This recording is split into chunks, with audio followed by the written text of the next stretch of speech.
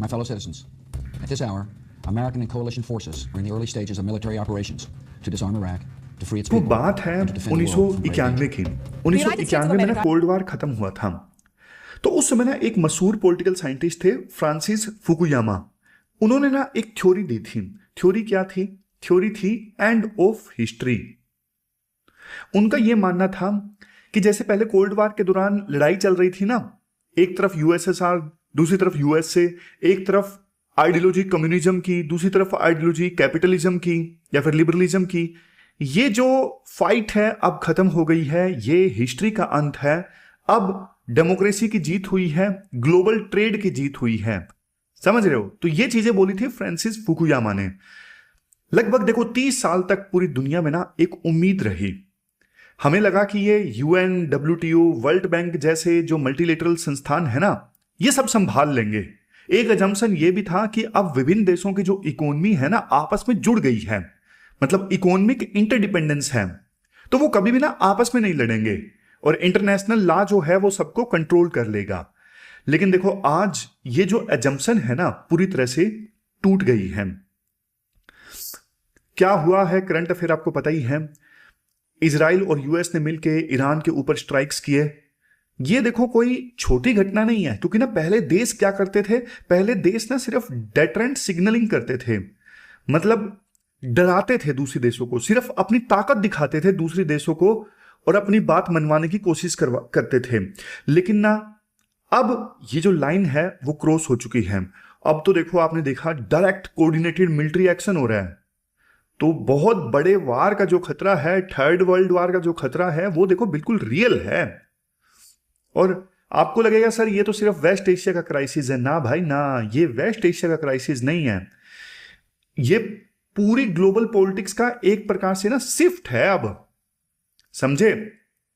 फिर इसके बाद राइटर बोलते हैं रिटर्न ऑफ हार्ड पावर। आज आप देखो दुनिया के ना अलग अलग कोनों में क्या हो रहा है। वेनेजुएला में आपने देखा पॉलिटिकल क्राइसिस थे, इकोनॉमिक क्राइसिस थे, लेकिन फायदा उठाया यूएसए ने, बाहरी इंटरफेरेंस देखने को मिला। क्यूबा एक देश है यूएसए के पास में, उस पर भी यूएसए ने जबरदस्त सैंक्शंस लगाए हुए हैं, बहुत प्रेशर डाला हुआ है क्यूबा के ऊपर। चाइना और यूएसए के बीच किस प्रकार से ट्रेड और टेक्नोलॉजी को लेके लड़ाई चल रही है। सेमीकंडक्टर चिप्स के एक्सपोर्ट पे बैन लगाया हुआ है यूएसए ने, बदले में चाइना भी कुछ कुछ कर रहा है। तो ये क्या है?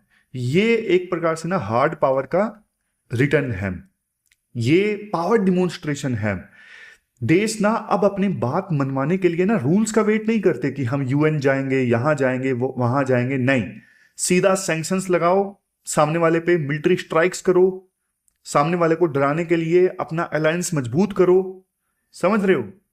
तो पावर एक बार फिर से ना स्टेट क्राफ्ट का सबसे बड़ा हथियार बन गई है।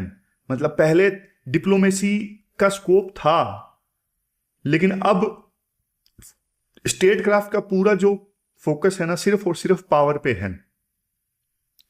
और ना आप में से कुछ लोगों को लगेगा कि सर ट्रंप आ गए जो कि एग्रेसिव लीडर है, इसकी वजह से ये हो रहा है। राइटर कहते हैं नहीं, ऐसा नहीं है। आप ना इतिहास उठा के देखो। इवन जो इंटरनेशनल पॉलिटिक्स के स्कॉलर है ना जॉन मियरसिमर, वो भी ये कहते हैं जब देखो स्ट्रक्चरल बैलेंस बिगड़ता है ना, मैं आपको समझाता हूं स्ट्रक्चरल बैलेंस मतलब, जब स्ट्रक्चरल बैलेंस मतलब जब 1991 में कोल्ड वार खत्म हुआ था ना, तो यूएसए एकमात्र सुपर पावर था। यूएसए एकमात्र सुपर पावर था, वर्ल्ड यूनिपोलर बन गया था। उससे पहले वर्ल्ड कोल्ड वार में बायपोलर था, दो बड़ी पावर थी, एक यूएसए, दूसरा यूएसएसआर। लेकिन अब क्या हो रहा है, आपने देखा पिछले कुछ समय में ना चाइना यूएसए को रिप्लेस करके सुपर पावर बनने की कोशिश कर रहा है। अब चाइना जो है वो है रिविजनिस्ट पावर, जो वर्ल्ड ऑर्डर को चेंज करना चाहती है, यूएसए को चैलेंज करना चाहती है। यूएसए है इस्टैब्लिश्ड पावर, जो अपने ताकत को बरकरार रखना चाहती है।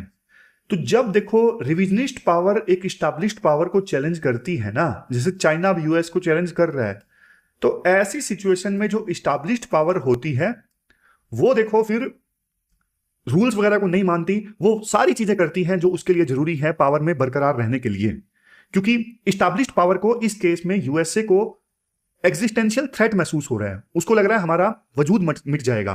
तो ऐसी सिचुएशन में वो यूएन के रूल्स नहीं देखेंगे, वो अपना सर्वाइवल देखेंगे, अपनी सिक्योरिटी देखेंगे। तो वही हो रहा है। ट्रंप के आने से हो सकता है चीजें थोड़ी जल्दी हो गई हो, लेकिन ये होना ही था। ऐसा नहीं है कि ट्रंप ने ये किया है। तो क्वेश्चन उठता है यूएन क्या कर रहा है? यूएन कुछ भी नहीं कर पाएगा, क्योंकि यूएन जैसी संस्थानों का निर्माण ना सेकेंड वर्ल्ड वॉर के बाद किया गया था। अब सेकेंड वर्ल्ड वॉर के समय ना, सेकेंड वर्ल्ड वॉर के बाद में पावर स्ट्रक्चर अलग था, उस समय सिचुएशन अलग थी। उस समय तो देखो इवन यूएसएसआर यानी आज का जो रशिया है वो भी पावरफुल था, लेकिन आज रशिया उतना पावरफुल नहीं है। उस समय तो यूके, फ्रांस, ये भी बहुत पावरफुल देश थे, आज उतने पावरफुल देश नहीं है। समझ रहे हो? तो ये यूएन जैसे संस्थान उस समय के हिसाब से बने हुए थे, ये आज इररिलेवेंट से हो गए हैं। समझ रहे हो? और 5 देशों को तो वीटो पावर मिली है सिक्योरिटी काउंसिल में। जब भी इनके इंटरेस्ट आपस में टकराते हैं ना, तो ये वीटो यूज करते हैं और सिक्योरिटी काउंसिल कुछ कर ही नहीं पाता, पूरी बॉडी जो है वो पैरालाइज हो जाती है। तो राइटर कहते हैं अब ना हम एक नए ईरा में एंटर कर रहे हैं। ऐसा नहीं है कि दुनिया जो है वो कोलैप्स कर रही है, नहीं, दुनिया का ना ट्रांसफॉर्मेशन हो रहा है। अब जोर जबरदस्ती वाले जो एक्शंस है ना वो बिल्कुल नॉर्मल हो गए हैं। अब हमें ना इस रियलिटी को एक्सेप्ट करना होगा। पुराने दौर को वापस लाओ ये बोलने से कुछ नहीं होगा, पुराना दौर अब वापस नहीं आने का है। अब बात की जाती है इंडिया की। जब देखो वर्ल्ड में इतनी इंस्टेबिलिटी है और लोगों के जो देश आपस में लड़ रहे हैं उनके बीच में बातचीत नहीं हो रही है, तो आज वर्ल्ड को जरूरत है एक इंडिया जैसे इमर्जिंग ग्रेट पावर की। मतलब हम हैं, लेकिन हम अपना रोल ठीक से प्ले नहीं कर रहे हैं। तो हनुमान जी को जैसे याद दिलाते हैं ना जामवंत कि भाई तुम्हारी पावर क्या क्या है, तुम तो उड़ के जा सकते हो लंका, तो वैसे ही हम सब ना मिलके अपनी सरकार को याद दिला रहे हैं, भाई हमारे देश में ताकत बहुत ज्यादा है, आप पहचानो, शांति लेके आओ। देखो इंडिया की सबसे बड़ी खास बात क्या है, इंडिया किसी गुट में शामिल नहीं है। हम ब्रिक्स में भी हैं, हम क्वाड में भी हैं, हम रशिया से सस्ता तेल भी खरीदते हैं, यूएस के साथ डिफेंस डील भी खरीदते हैं, इवन ग्लोबल साउथ यानी डेवलपिंग कंट्रीज भी हम पे ट्रस्ट करते हैं, और जो यूरोप की इकोनॉमीज हैं, एडवांसिंग इकोनॉमीज हैं, वो भी हमारी इज्जत करते हैं। तो ऐसा मुकाम ना बहुत कम देशों के पास में है दुनिया में। तो इंडिया के पास में ना डिप्लोमेटिक स्पेस है जिसे इंडिया यूज कर सकता है। कैसे यूज कर सकता है इंडिया? देखो डिप्लोमेसी के ना 3 ट्रैक्स होते हैं। एक होता है ट्रैक 1 डिप्लोमेसी। ट्रैक 1 डिप्लोमेसी में तो ये होता है जब ऑफिशियल गवर्नमेंट के जो रिप्रेजेंटेटिव हैं जैसे मिनिस्टर्स, डिप्लोमेट ओपनली बात करते हैं, तो ये होता है ट्रैक 1 डिप्लोमेसी। फिर होता है ट्रैक 1.5। ट्रैक 1.5 में क्या होता है, गवर्नमेंट के ऑफिशियल्स के साथ साथ जो नॉन सरकारी एक्सपर्ट है ना, नॉन गवर्नमेंट एक्सपर्ट हैं जैसे थिंक टैंक वगैरह हो गए, तो ये दोनों मिलते हैं। तो ये 1.5 ट्रैक डिप्लोमेसी है। फिर यह ट्रैक 2 डिप्लोमेसी। ट्रैक 2 डिप्लोमेसी में कौन कौन मिलता है? 2 देशों के बीच में लड़ाई हो रही है मान लो, तो उन देशों के retired generals, scholars, think tank वाले, तो ये सब लोग आपस में मिलते हैं ना, जो सरकारी लोग नहीं है। तो ये होता है ट्रैक 2 डिप्लोमेसी। अब ट्रैक 2 डिप्लोमेसी का फायदा ये होता है पब्लिक प्रेशर नहीं होता। ट्रैक 1 डिप्लोमेसी में तो दिखावे का प्रेशर होता है कि अच्छा सरकारी लोग मिल रहे हैं, मिनिस्टर्स मिल रहे हैं, तो कुछ निकल के आएगा। नहीं, ट्रैक 2 में चूंकि देखो रिटायर्ड जनरल मिल रहे हैं, स्कॉलर मिल रहे हैं, तो उतना दिखावे का प्रेशर नहीं होता, वो शांति से वो बात कर सकते हैं। रेड लाइंस जो हैं, मतलब एक दूसरे देश की जो लक्ष्मण रेखा है उसको ओपनली डिस्कस कर सकते हैं। तो इंडिया को ना लड़ाई वाले देशों की ट्रैक 2 डायलॉग उनके लिए इंडिया को आयोजित करना चाहिए। इसके अलावा देखो इंडिया ना अपने स्पेशल एनवॉयज को भेज सकता है, मतलब जो हमारे विशेष दूत है ना उनको इंडिया लड़ाई वाले देशों में भेज सकता है। उनका काम देखो ओपनली मीडिएशन करवाना नहीं होगा, उनका काम होगा कम से कम कम्युनिकेशन का चैनल तो अवेलेबल हो। जब देखो बातचीत आसानी से हो सकती है ना, तो बहुत सारी चीजों को आप रोक सकते हो। दिक्कत यह है लड़ाई वाले देशों में कई बार पूरी तरह से कम्युनिकेशन का चैनल ही खत्म हो जाता है, बातचीत का रास्ता ही खत्म हो जाता है। तो लास्ट में राइटर बोलते हैं देखो एशिया और साउथ एशिया दोनों के लिए शांति ना बहुत ज्यादा जरूरी है, क्योंकि हम सब देशों की जो भी साउथ एशिया में आते हैं, हमारी इकोनॉमिक ग्रोथ, कनेक्टिविटी, गरीबी को मिटाना, ये सब डिपेंड करता है कि हमारे आसपास इन्वायरमेंट स्टेबल है या नहीं है। अगर बड़ी पावर्स लड़ेंगी तो देखो चीजों आसानी से मिलेंगी नहीं, चीजें, फूड महंगा हो जाएगा, तेल महंगा हो जाएगा, महंगाई आ जाएगी। और देखो इतिहास गवाह है इस चीज का, जब जब राइवलरी बढ़ती है ना, दुश्मनी बढ़ती है, तो दुनिया इंस्टेबिलिटी में पूरी तरह से डूब जाती है, या फिर एक नया बैलेंस बनता है, नया इक्विलिब्रियम बनता है। और ये इस बात पे डिपेंड करेगा कि देश आपस में कम्युनिकेट करने में कितना सीरियस है। तो कम्युनिकेट तो इंडिया को करवाना पड़ेगा इनको।